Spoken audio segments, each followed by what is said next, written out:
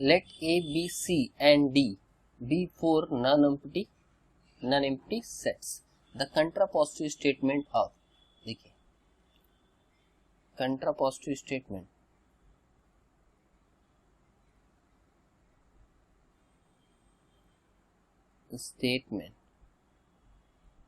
of P implies Q is negation of Q implies negation of P. ये दोनों statement जो कंट्रापोजिटिव statement और statement दोनों क्या होते हैं, इक्विवेलेंट होते हैं.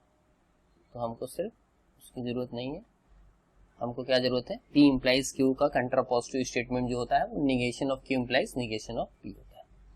ठीक, एक P स्टेटमेंट है, क्या है, if A is subset of B, P statement है क्या है, A is subset of B. Q एक स्टेटमेंट है क्या है, B is subset of D.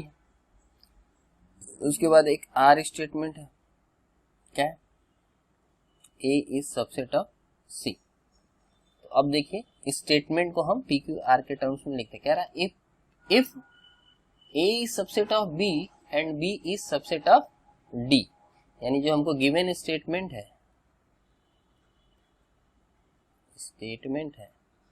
वो क्या है, इफ है तो ये इम्प्लाइज होगा, और क्या है, A is subset of B यानी P and B is subset of D, यानी हमको दिया है P and Q. If P and Q then A is subset of C, ये क्या दिया है, R दिया है.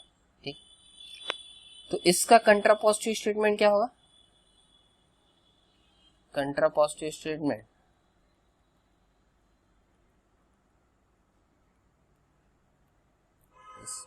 जो होगा वो क्या होगा, negation of R implies negation of P and Q.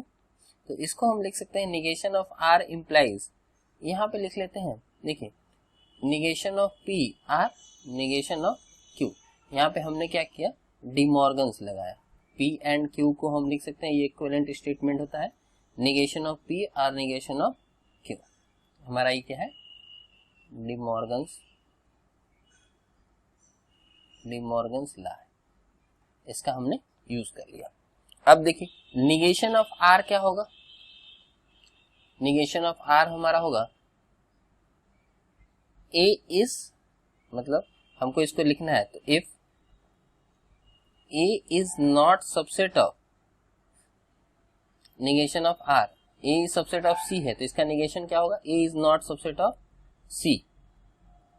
Then क्या है, negation of P, negation of P क्या है, A is subset of B, P है, तो ये हो जाएगा A is not subset of, A is subset of B है, तो इसका negation हो जाएगा A is not subset of B.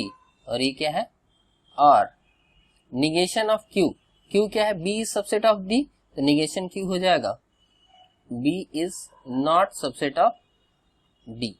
तो ये हमारा क्या हो गया, कंट्रापोजिटिव स्टेटमेंट. ठीक है, देख लेते हैं कौन सा सही है. If A is not subset of C, सब में लिखा हुआ है, then A is not subset of B, पहला गलत हो गया, दूसरा और तीसरा में देखते हैं, और B is not subset of D. कौन सा ऑप्शन सही है, option 3 is correct. Thank you for watching.